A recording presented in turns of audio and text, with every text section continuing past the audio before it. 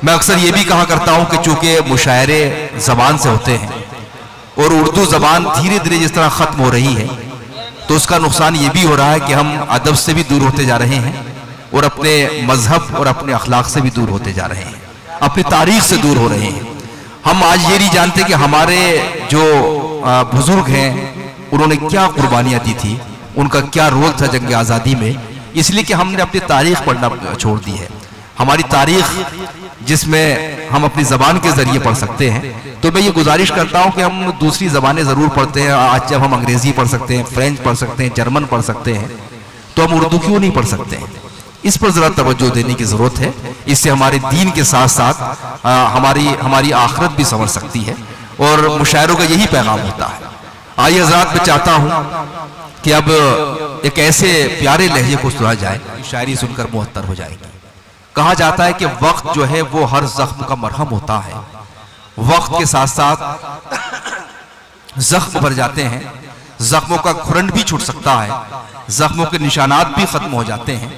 लेकिन दोस्तों, एक टीस जो एक दर्द होता है जख्मों का, वो भी कभी खत्म नहीं होता है। उस टीस को, उस दर्द को किस तरह शायरी बनाया जाता है, ये हुनर जनाब सलीम फराज साहब को आता है। सलीम फराज साहब जो मध्य प्रदेश के हरदा से तशरीफ लाए हैं और हरदा में आप तक्षशिला स्कूल के प्रिंसिपल हैं। बड़ी प्यारी सरजमीन है, पूरा मध्य प्रदेश बहुत खूबसूरत है, हर शहर उसका खूबसूरत है। उसी में एक खूबसूरत शहर है हरदा, वहाँ से आपका ताल्लुक है जनाब सलीम फराज।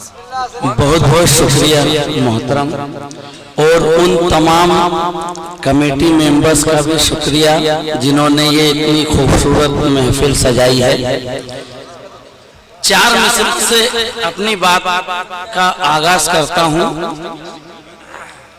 समाज फरमाइए कि गलत फहमी है ये तेरी, तू 2 को 4 करता है। गलत फहमी है ये तेरी, तू 2 को 4 करता है कोई और जो सबको गुले गुलजार करता है। गलत फहमी है ये तेरी, तू 2 को 4 करता है कोई और जो सबको गुले गुलजार करता है। और हिदायत भी वही देता है गुमराही, हिदायत भी वही देता है गुमराही, जिसे वो चाहता है साहिबे किरदार करता है। हिदायत भी वही देता है गुमराही, जिसे वो चाहता है साहिबे किरदार करता है।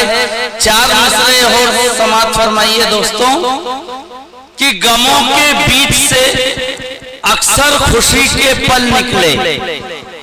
गमों के बीच से अक्सर खुशी के पल निकले, कुछ इस तरह भी मेरी मुश्किलों के हल निकले।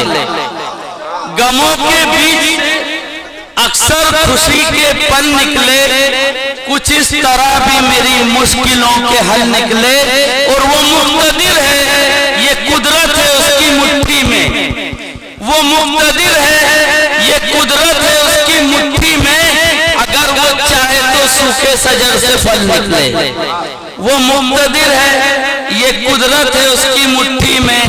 अगर वो चाहे तो सूखे सजर से फल निकले। गजल का मतलब समाप्त फरमाइए कि ऐ मोहब्बत तेरे पैगाम से पहले, ऐ मोहब्बत तेरे पैगाम से पहले मिट गए कितने ही अंजाम से पहले। ऐ मोहब्बत तेरे पैगाम से पहले मिट गए कितने ही अंजाम से पहले। और तू मिलेगा तो मेरा हाल ना जाने, तू मिलेगा तो मेरा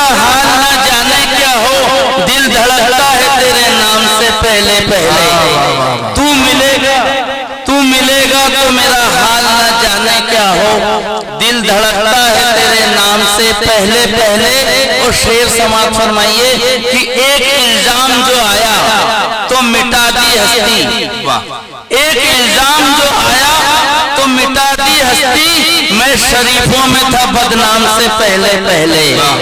एक इल्जाम जो आया तो मिटा दी हस्ती, एक इल्जाम जो आया तो मिटा दी हस्ती, मैं शरीफों में था बदनाम से पहले पहले।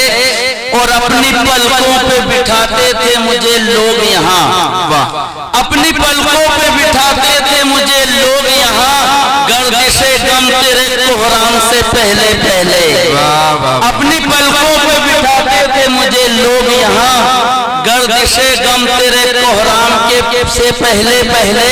और ये शेर खास तवज्जो कि अपने बच्चों की मोहब्बत में परिंदों की तरह, अपने बच्चों की मोहब्बत में परिंदों की तरह लौट आता हूँ मैं घर शाम से पहले पहले।